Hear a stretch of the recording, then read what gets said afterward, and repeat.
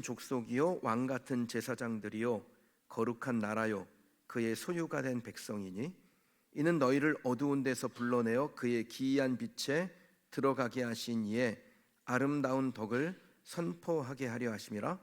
너희가 전에는 백성이 아니더니 이제는 하나님의 백성이요 전에는 긍휼을 얻지 못하였더니 이제는 긍휼을 얻은 자니라. 아멘.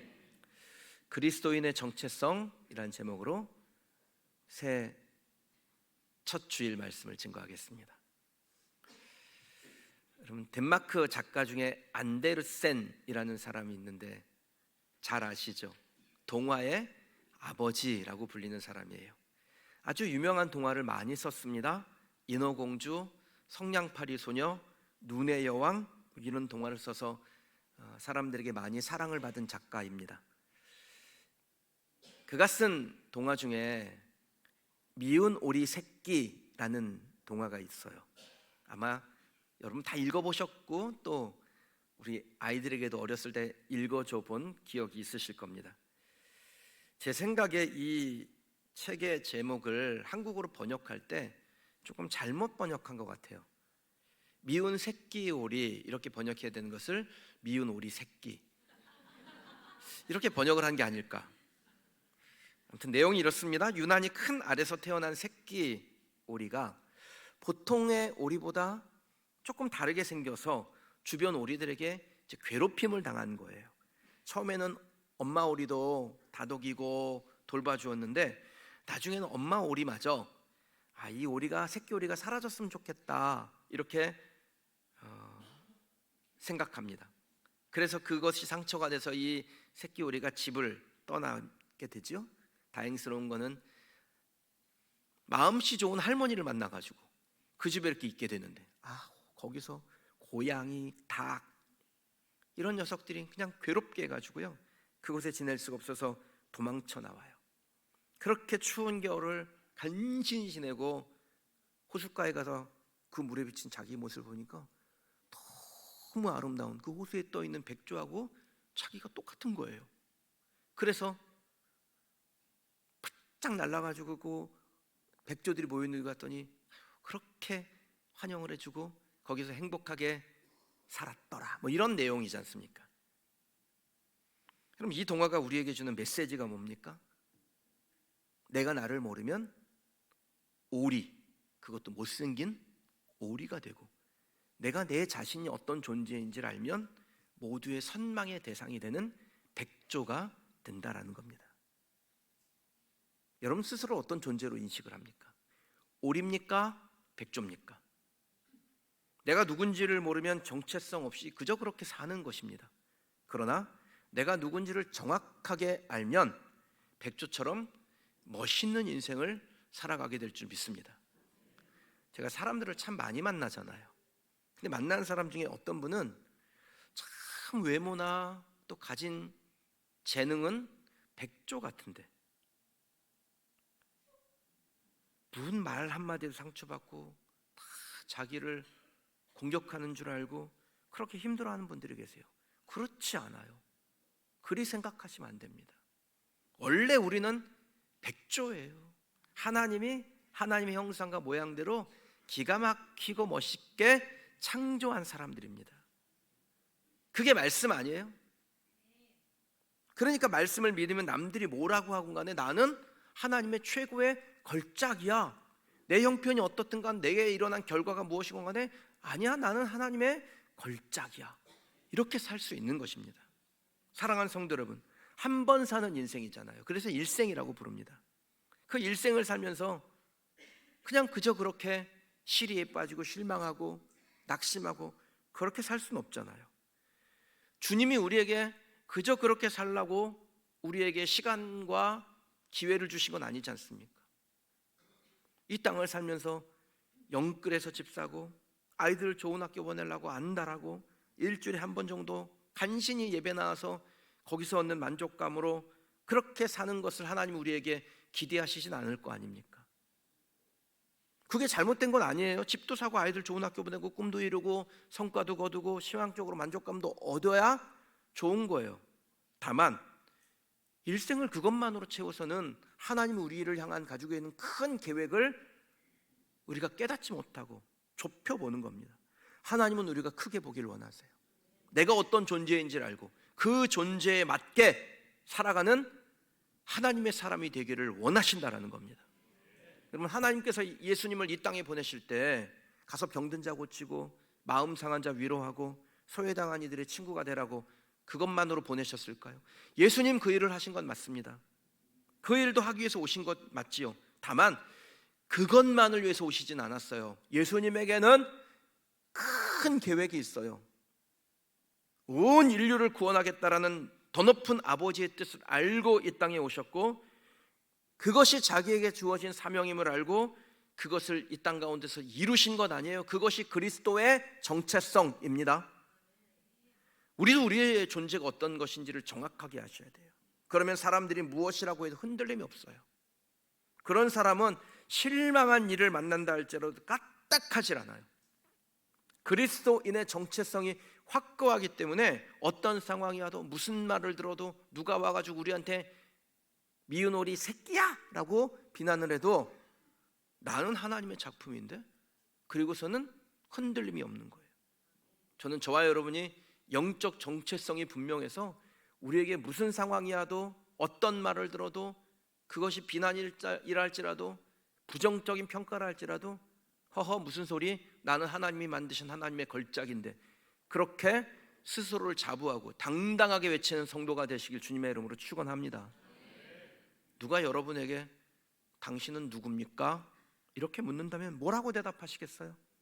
아마 대부분은 직업을 얘기하거나 또 내가 가지고 있는 사회적 위치를 얘기하실 수 있을 거예요. 근데 이런 것들은 다 변하는 겁니다. 제가 지금 맡고 있는 그린시티 교회 담임 목사직이요, 이거 최대 19년까지만 할 수 있어요. 19년 후에는 저도 은퇴해야 됩니다. 속으로 19년이나 남았다고? 그러는 분이 혹시 있을지 모르겠네요. 내가 원하든 원하지 않든요, 환경에 따라서 이 땅에서의 신분은 달라지게 돼 있어요. 그런데 우리가 하나님을 믿으면서부터 우리에게 부여된 신분은 변하지 않습니다. 우리에게 부여하신 영적인 신분은 내 직업이 뭐든 간에, 내 형편이 어떻게 변하든 간에, 사람들의 평가가 어떠하든 간에 절대 변하지 않아요. 이걸 그리스도인의 정체성이라고 부르는 겁니다. 이 정체성이 분명한 사람은 어떤 상황, 어떤 환경, 어떤 처지, 어떤 평가에도 영향받지 않아요. 저는 여러분들이 그리스도의 정체성으로 분명해지시길 주님의 이름으로 축원합니다. 그럼 그리스도의 정체성은 뭘까요? 오늘 말씀에서 답을 찾아보시죠. 첫 번째는 우리가 하나님의 택함을 받은 족속이라는 거예요. 성경에서 하나님의 택함을 받은 족속을 이스라엘이라고 부릅니다. 이스라엘 백성들이요, 하나님의 택함 받은 족속이 된 후에 때로는 노예도 됐고, 때로는 광야에서 정처 없이 떠돌기도 했고, 죽음의 위협 앞에 놓일 때도 있었습니다. 그런데 그들에게 어떤 상황이 찾아오건 이스라엘 백성들은 자신들의 신분이 바뀌었다라고 생각하지 않아요. 노예로 있을 때도 하나님의 택함 받은 족속이요, 광야를 떠돌 때도 하나님의 택함 받은 족속이요, 죽음의 위협 아래 놓였어도 변함없이 하나님의 택함 받은 족속이라고 생각했습니다. 그리고 그 예전에 이스라엘 백성들에게 주신 그 신분은 예수 그리스도를 나의 구세주로 고백하는 모든 백성들에게 하나님께서 동일하게 부여하신 신분이에요. 그래서 예수 믿는 모든 사람은 영적으로 이스라엘이 되는 것이고 선택받은 족속 안에 머물게 되는 겁니다. 그러니까 누가 여러분에게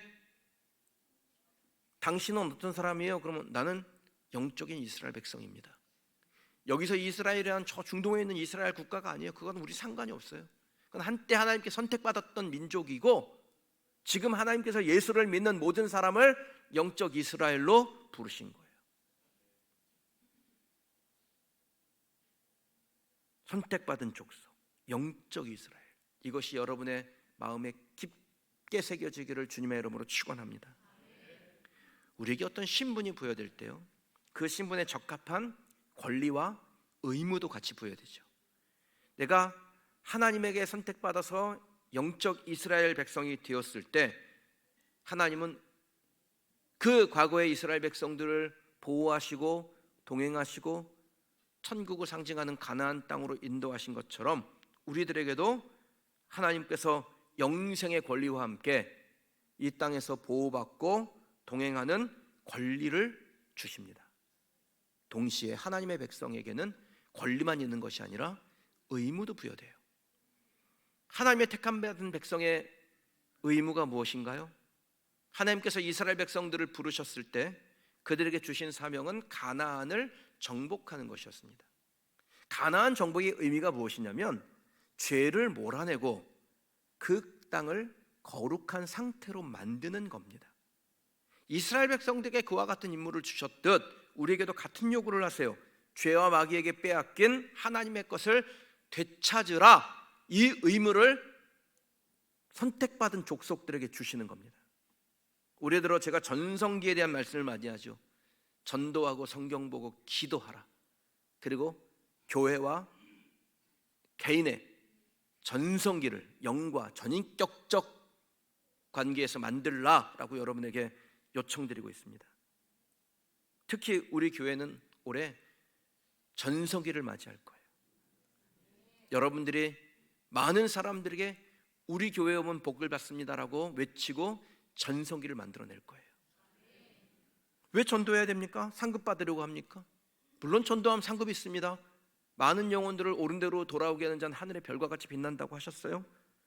근데 그것은 수고한 우리에게 주시는 하나님의 선물이지 그거 받으려고 하는 건 아닙니다. 전도는 하나님의 백성의 의무예요. 마귀에게 빼앗긴 영혼들을 되찾아와서 하나님의 나라를 확장하고 그 나라를 거룩한 땅으로 만드는 그 의무가 하나님의 족속에게 부여됐기 때문에 그 일하는 겁니다.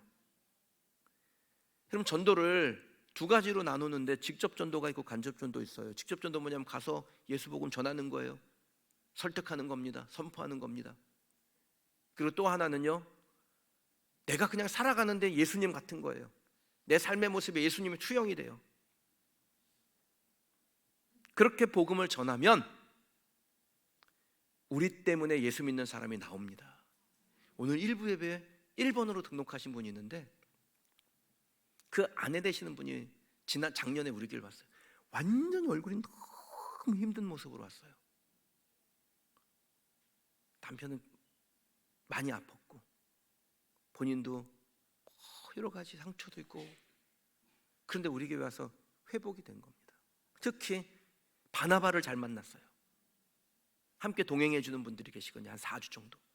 거기서 확 마음이 열려서 얼마나 표정이 바뀌었는지, 예배하는 모습도, 사람들과의 이런저런 관계하는 모습들도, 대화하는 것도, 또 봉사도 완전히 사람이 달라졌어요. 그러니까 그 남편이, 교회라고는 발걸음도 해본 적이 없는 그 남편이 오늘 교회를 왔어요. 그래서 제가 얼마나 인격적입니까? 막 강요 안 하잖아요. 그래서 등록하라고 말하고 싶은데 말하지 않을 때가 많거든요. 그런데 그분은 제가 그랬어요. 아내 변했지요? 그랬더니 변했대요. 이 아내가 예수 만나서 변했다면 당신도 예수 만나서 변할 수 있습니다. 이름 적으세요. 그랬더니 적더라고요. 고영진 이렇게 적더라고요. 여러분, 우리가 살아가는 모습이 예수 투영해야 됩니다. 복음만 전하면 돼요. 가끔 교회 욕하시는 분들이 있죠. 막 교회 욕한다고 왜 교회 욕을 하고 그래? 교회가 이렇고 저렇고 따질 거 없어요. 논쟁을 통해서 복음은 전파되지 않습니다. 전했는데 안 들으면 할 수 없는 거예요. 하나님이 하시도록 기도하고 또 다른 사람에게 전하면 됩니다. 바울이요, 각 도시마다 복음을 전하면서 예수 믿는 사람들 많이 세웠죠. 핍박도 받았지만 각 교회마다 예수 믿는 사람이 많이 나왔기 때문에 교회가 세워졌어요. 그런데 아테네에 가서는 교회가 세워졌다라는 기록이 없습니다. 기껏 기록된 말씀이 몇 사람이 그를 가까이하여 믿었다, 이게 전부예요. 왜 그랬냐면 바울이 아테네에 갔더니 거기에 막 철학을 공부하는 사람이 너무 많은 거예요. 그래서 내가 이 사람들하고 복음을 가지고 논쟁해야겠다고 논쟁을 합니다. 우리 토론해보자 막 그래요. 그래서 이 사람들하고 막 토론하다 어디에 가게 되냐면 아레오바고에 가는데, 저도 가봤거든요. 아레오바고. 근데 그 아레오바고가 뭐 하는 곳이냐면 재판장이에요. 재판하는 곳이에요. 그러니까 복음을 전했는데 그게 마치 그 도시를 선동하는 사상이 돼서 철학 중에 하나로 인정받아서 이게 옳은지 그른지 재판받았다라는 거예요. 논쟁을 통해서는 복음이 전해지지 않는다는 사실을 보여주는 겁니다. 그래서 바울이 그의 후계자 디모데에게 이렇게 과거의 실수를 반추하며 권면을 하죠. 어리석고 무식한 변론을 벌이라. 이에서 다툼이 나는 줄 알미라. 논쟁은 성경이 뭐라고 말하냐면 무식한 어리석은 변론이라 그래요. 그래서 교회에서 무슨 뭐 이렇쿵 저렇쿵 행정이 이렇쿵 저렇쿵 뭐가 이렇쿵 저렇쿵 얘기하잖아요. 그러면 제일 좋은 방법이 뭔지 알아요? 죄송합니다.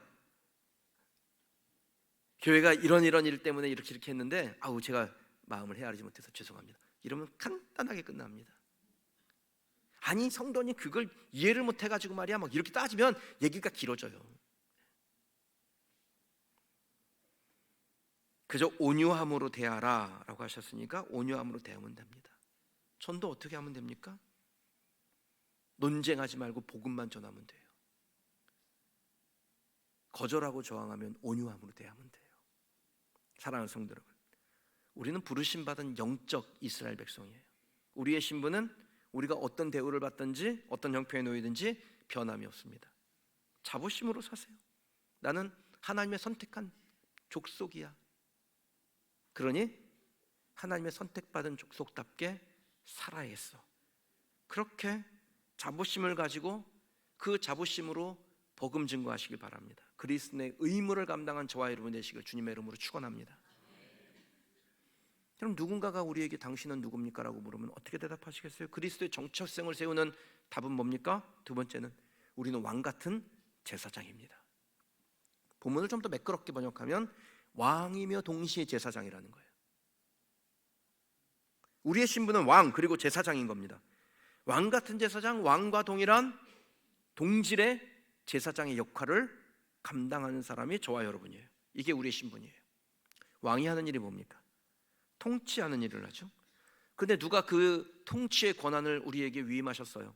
진정한 왕 대신 하나님이 우리에게 허락해 주신 겁니다. 그래서 우리의 통치는 하나님스러워해요.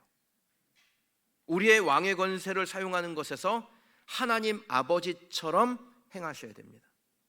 사랑과 인자와 또 위엄과 하나님 주신 영적 권세로 그 맡겨주신 영역들 우리의 삶의 처소에 서 계셔야 됩니다. 제사장의 역할은 뭐예요? 하나님과 백성의 중보자죠. 예전에는 아론이 백성들을 대신해서 예배드렸어요. 근데 예수님 이후에는 어떻게 됩니까? 모든 하나님의 백성은 다 제사장이에요. 따로 중보자 필요 없이 하나님 앞에 나와요. 여러분, 저와 여러분에게 하나님께서 은혜를 베푸셔서 많고 많은 사람들 중에 뽑아서 제사장으로 삼았으면 기쁨이 있어야 될 거 아니에요. 그렇지 않습니까? 제사장이 하나님 만났을 때 슬펐을까요? 뭔 놈의 제사가 이렇게 많어 그러면서 귀찮아했을까요? 내가 선택되었다는 사실에 기쁨이 되지 않았겠습니까? 저와 여러분도 하나님 앞에 영적 제사장으로 불림받았으면 우리의 예배는 기쁨이어야 해요. 제가 예배드릴 때 유심히 보겠어요.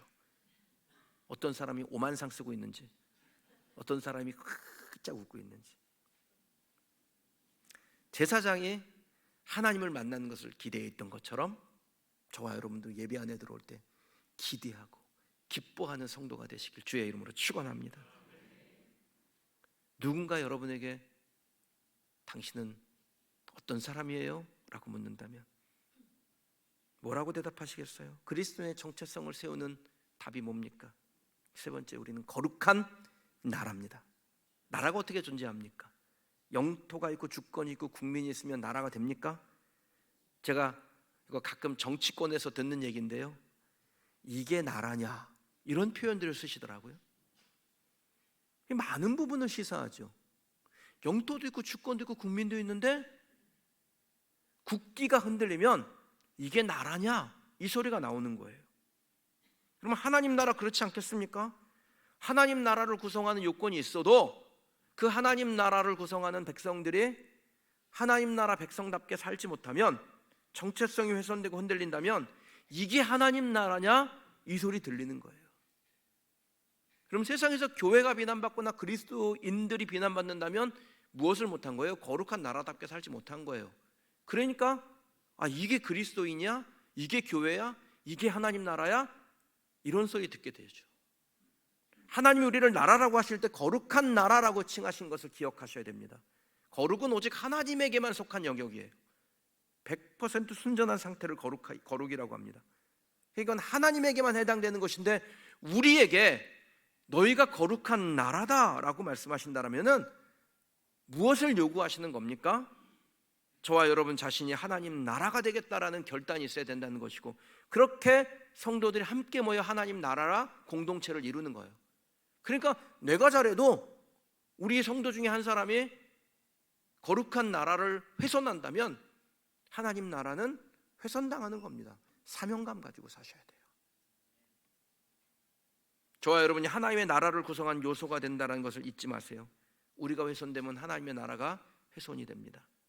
우리가 형편없는 저질이 되잖아요. 그럼 하나님 나라가 저질이 되는 거예요.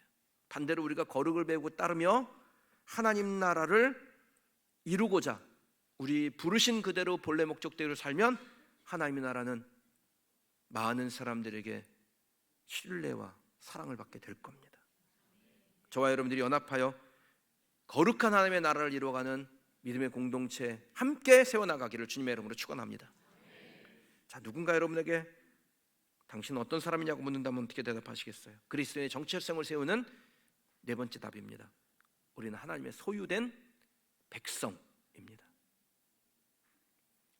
누군가에게 소유가 되었다라는 것은요, 정확한 주인이 있다라는 뜻이죠. 근데 우리는 하나님의 소유된 백성이라고 했으니 우리의 주인은 누가 되셔야 돼요? 하나님이 되셔야죠.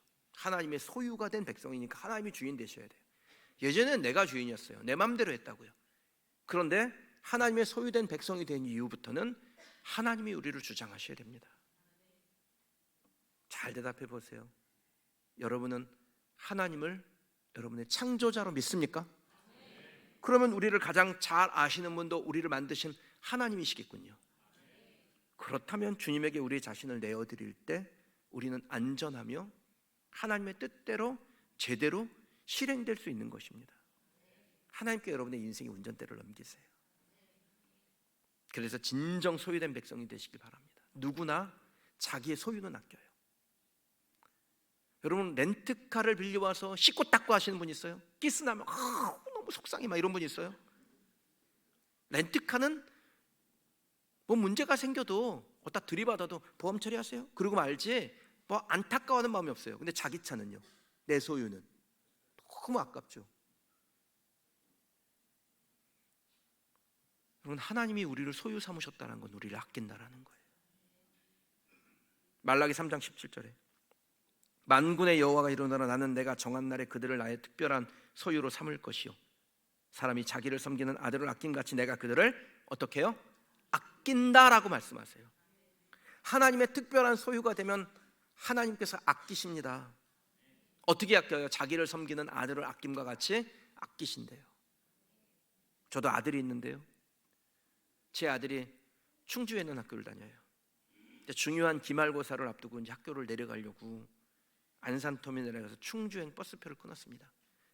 근데 이 아이가 이제 대중교통을 타고는 처음 가는 거예요. 15분이 지났는데 차가 안 오더래요. 그래서 보니까 처음 타는 거라 어리버리 해가지고 다른 버스 있는 데서 기다린 거예요. 그러니까 그냥 차는 시간 되니까 그냥 냉정하게 가버렸어요. 그래서 저한테 전화 왔어요. 아빠 어떡하지? 차가 갔어. 근데 그 전화를 제가 태국에서 받았어요. 그래서 즉시 카카오 택시를 불렀습니다. 12만 5천 원 나왔습니다. 전혀 아깝지가 않습니다.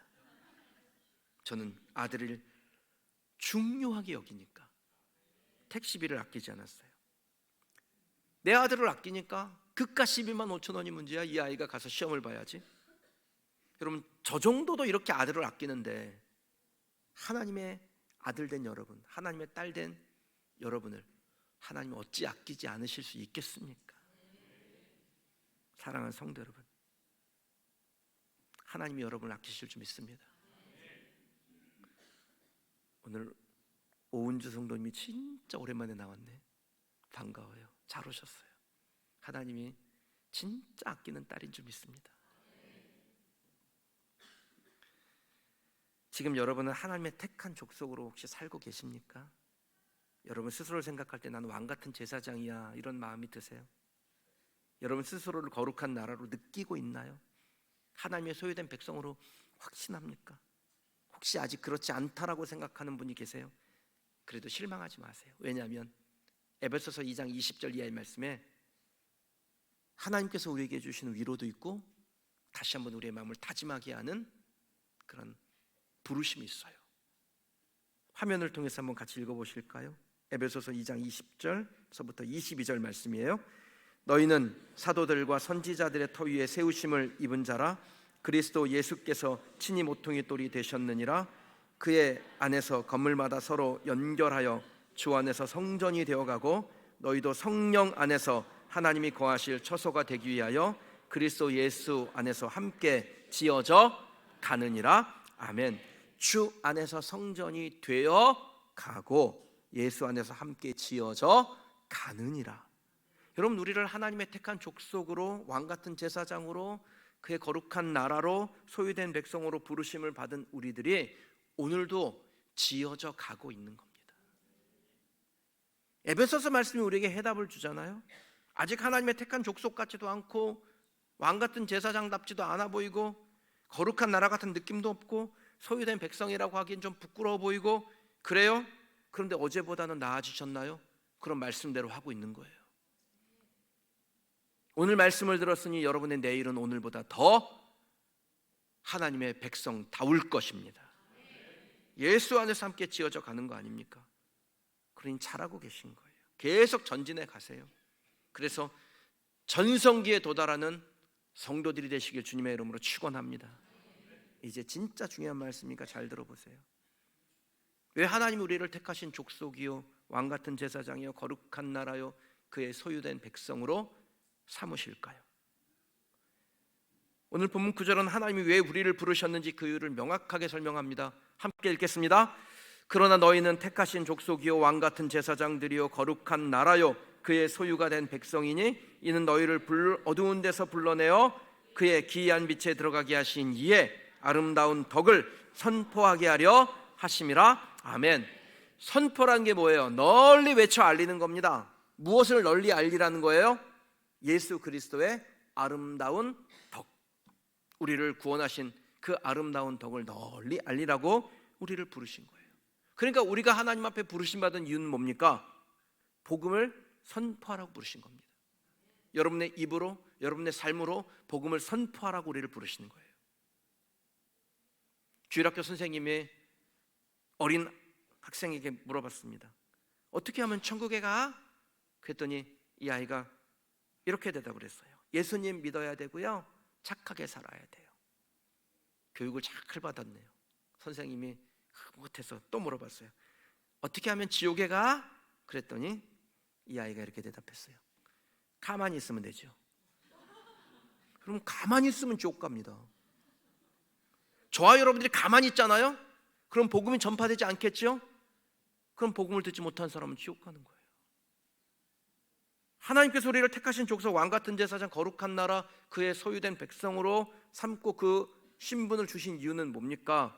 누군가에게 내가 얻은 신분을 나누고 그를 구원받은 백성 되라고 그의 기이한 빛을 선포하라고 우리를 부르신 줄 믿습니다. 그러니 주님의 부르심에 따라서 올 한해 전도하세요. 이제 1월 한 달 동안에 제가 계속해서 우리 교회에 주신 이 비전에 대해서 함께 나누고 1월 마지막 주 31일에 한 사람 작정할 거예요. 뭐 100사람 뭐 이렇게 잘 안 하셔도 돼요. 딱 내가 진짜 이 사람은 복음 전하고 구원받게 해야겠다 작정 딱 하시는데 이 지역에 있는 사람을 선택하셔야 돼요. 한 사람이니까 그건 할 수 있잖아요. 이 지역에 있는 사람. 저기 LA에 사는 우리 친척 이름 적지 마시고 이 지역에 있는 사람 적으셔서 내가 그 사람에서 기도하고 이 사람 내가 구원받게 해야지. 중세 수도원에서 있었던 일이에요. 수도원 원장이요 이제 막 신참으로 들어온 그 수도원의 신부 한 사람에게 설교를 맡겼습니다. 이 설교를 하러 단에 올라갔는데 회중들에게 이렇게 물어보는 거예요. 제가 오늘 여러분에게 무슨 설교를 할지 아십니까? 그냥 어떻게 알겠어요? 사람들이 다 모른다고 대답하자 이 사람이 저도 잘 모르겠습니다. 그리고 내려가 버렸어요. 수도원장이 그냥 화가 나가지고요, 막 태도를 꾸짖으면서 다시 한번 기회를 줄 테니까 잘 준비해서 내일 설교를 해보라고. 다음 날이 됐습니다. 단상에 올라가더니 설교자가 사람들에게 똑같이 물어봤어요. 제가 오늘 무슨 설교를 할지 아십니까? 그 어제 일이 기억났잖아요. 그래서 다들 안다고 대답을 했습니다. 그러니까 설교자가요, 모두가 알면 됐습니다. 그리고 내려가 버리는 거예요. 수도원 원장이 화가 머리끝까지 났어요. 설교를 그렇게 하면 됩니까? 진짜 마지막 기회입니다. 설교 잘 준비해서 내일 다시 한번 설교하세요. 다음 날이 됐어요. 이 사람이 단상에 올라가서 딱 회중들을 보면서 제가 오늘 무슨 설교를 할지 아십니까? 그랬더니 머리를 굴린 거예요. 그래서 절반은 안다 그러고 절반은 모른다 그랬습니다. 그러니까 이 사람이요, 사람들을 향하여 그러면 아는 사람이 모르는 사람에게 가르쳐 주십시오. 설교인 듯 아닌 듯한 이 설교를 듣던 수도원 원장이 손바닥을 쳤어요. 큰 감동을 받았어요. 깨달음이 있었던 거예요. 그리고 사람들에게 이렇게 말했습니다. 아는 사람이 모르는 사람에게 알려주는 것이 복음입니다. 여러분 알잖아요. 택하신 족속 왕같은 제사장, 그의 거룩한 나라, 소유된 백성이 된 거 아시잖아요. 하나님이 우리에게 구원의 은혜를 주신 것을 아시잖아요. 오직 예수로만 구원받는 진리를 아는 사람 아닙니까? 그렇다면 이제 모르는 사람에게 여러분이 알게 된 진리를 선포, 알려주시기 바랍니다. 그래서 전도하는 인생 되세요. 영혼 구원하는 사람 되세요. 우리 교회가 전도하는 교회요, 전성기를 향하여 가는 교회가 되기를 소망합니다. 더불어 복음 들고 한 사람 구원하는 여러분이 인생의 전성기, 범사의 전인격적 전성기를 누리는 성도들이 되시기를 주님의 이름으로 축원합니다. 이 시간 다 같이 자리에서 한번 일어나십시다. 여러분, 진리가 무엇인지를 아는 사람은요, 진리와 이 세상의 것을 바꾸지 않습니다. 진리가 헷갈리는 사람은 그 진리와 재물을 바꾸기도 하고 자기의 명예와 주님 주신 진리를 바꾸기도 하고 자기의 권세 때문에 진리를 포기하기도 합니다. 제가 언젠가 신문에서 봤는데 저 서울 광진구의 어떤 구의 어떤 그 지역에 국회의원 나왔더라고요. 근데 본인을 모 교회 권사라고 소개를 해요. 그러면 하는 말이 국회의원은 종교가 3개입니다. 절에 가서 공양하고요, 천주교 가가지고 미사 드리고요, 교회 와서는 예배를 드립니다. 그래서 국회의원은 종교가 3개입니다. 이따위를 권사로 세우니까 한국교회가 이 모양이 되는 거예요. 내가 그 권세를 놓치더라도 내가 믿는 건 예수 그리스도 한 분입니다. 그 고백을 못해요. 아니 가서 저를 때려 부시란 얘기가 아니에요. 존중하세요. 그런데 내 신앙은 명확해야 될 거 아닙니까? 그 무엇과도 바꿀 수 없는 진리가 내게 있어서 나는 진리를 붙들고 갑니다. 그 진리를 붙들고 가는데 그 진리 때문에 내가 권세를 포기하고 명예를 포기하고 재물을 포기해야 된다면 포기하겠습니다. 난 무엇과도 주님을 바꾸지 않습니다. 이것이 하나님의 부르심받은 백성의 모습인 줄 믿습니다. 저와 여러분 그렇게 사십시다. 그래서 2024년 그렇게 살기로 오늘 첫 예배 결단하고 이해 하나님의 나라와 의를 위해서 사는 이들에게 하나님이 기뻐하시며 이 모든 것까지 더하시는 전성기를 경험하는 성도들이 되시길 주님의 이름으로 축원합니다. 함께 찬양하고 기도하겠습니다.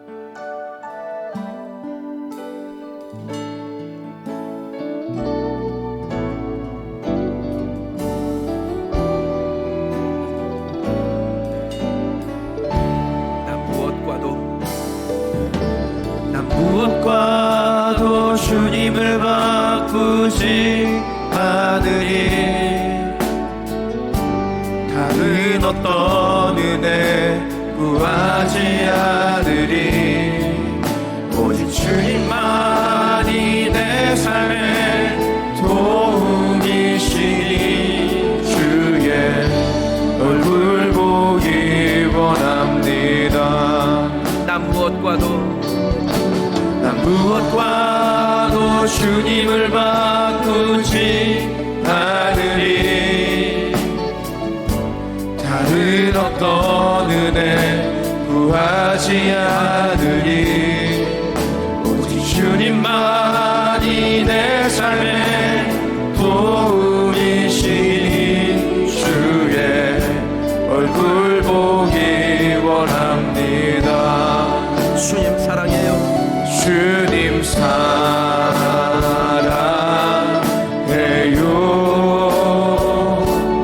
온 마음과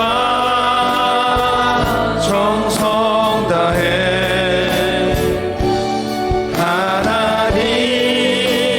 하나님의 신실한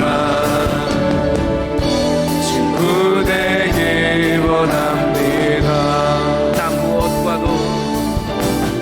무엇과도 주님을 바꾸지 않으리.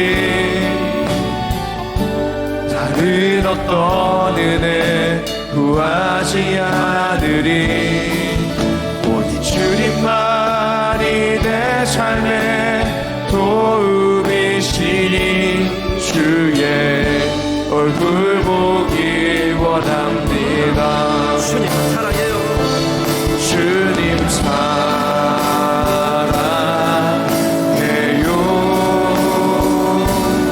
온 마음과 정성 다해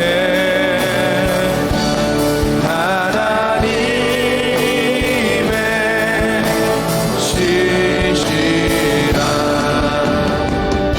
친구 되기 원합니다. 주님 사랑해요.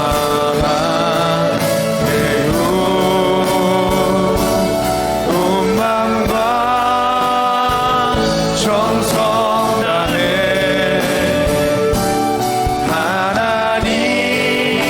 하나님의 신실한 친구 되기 원합니다. 시간 새해 첫 주일 예배를 하나님 앞에 드리며, 하나님, 나는 그 무엇과도 주님을 바꾸진 않을 겁니다. 내 필요가 있는 것은 맞습니다. 그러나 그 필요를 하나님이 채우실 때 감사할 뿐이지 그 필요 때문에 주님을 포기할 수는 없습니다. 그 무엇도 주님을 대신할 수는 없습니다. 오직 주님이 내 삶의 전부입니다. 이 고백으로 이 새 첫 주일 예배를 하나님 앞에 온전하게 드리십시다. 그리고 2024년 오직 주님, 오직 한 길 믿음으로 살아 우리 인생 가운데 전성기를 여시는 하나님을 경험하시길 원합니다.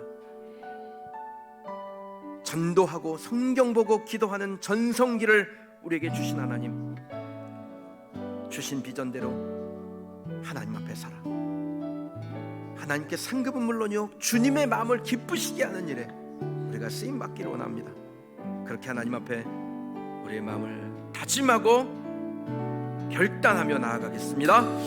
사랑하시는 하나님, 오늘도 주님의 은혜로 우리가 내고 정성 다해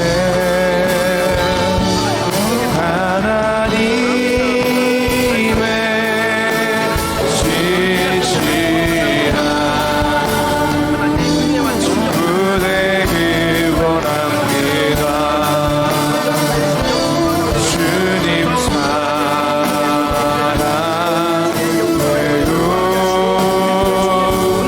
온 마음과 정성 다해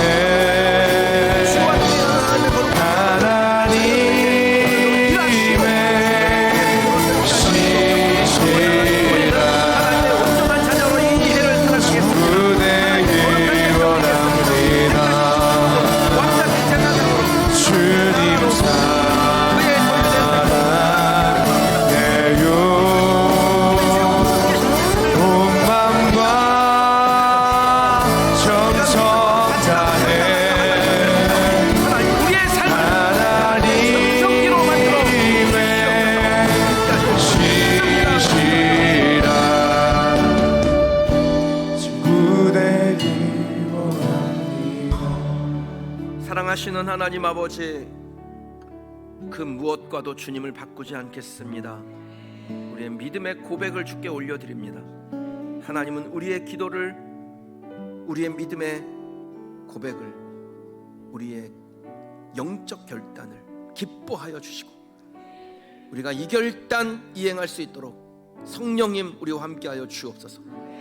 하나님의 나라와 의를 구하는 이에게는 이 모든 것을 더하시겠다는 약속의 말씀을 신뢰하며 무엇과도 주님을 바꾸지 않는 우리에게 그 무엇도 우리에게 다 더하시는 은혜를 누리게 하실 줄 믿습니다. 우리를 통해서 하나님의 전성기가 무엇인지를 증명하여 주시고 우리가 전하는 말에 힘이 있어 생명의 복음이 흘러가 문영혼들이 주께로 돌아오는 하나님의 나라의 확장이 있게 하여 주옵소서. 심령 부흥회를 우리 가운데 주셔서 이 새해를 거룩과 감사와 기쁨 가운데로 맞이하게 하시니 감사합니다. 시간마다 하나님 은혜 주시고 이 새해 하나님께서 주시는 믿음의 결단들이 더욱더 새록새록 깊어지게 하여 주옵소서. 예수님의 이름으로 축복하며 기도하옵나이다. 아멘. 우리 주 예수 그리스도의 은혜와 독생자 대속의 제물로 아낌없이 허락하신 하나님의 크신 사랑과 하나님의 백성들을 지키시고 보호하시고 인도하시되 세상 끝날까지 동행하시는 성령님의 은혜 은총이 우리를 택하신 족속으로 왕같은 제사장으로 거룩한 나라로 그의 소유된 백성으로 부르사 우리 모두를 주의 기이한 빛에 들어가게 하신 아름다운 덕을 온 열방에 선포하는 사랑하는 우리 성도들 머리 위에 지금도 세계 곳곳에서 주의 기이한 빛을 열방에 선포하는 선교사들과 예수를 유일하신 구세주로 고백하는 이 온 세계 주의 백성들 머리 위에 영원토록 함께 있을지어다. 아멘.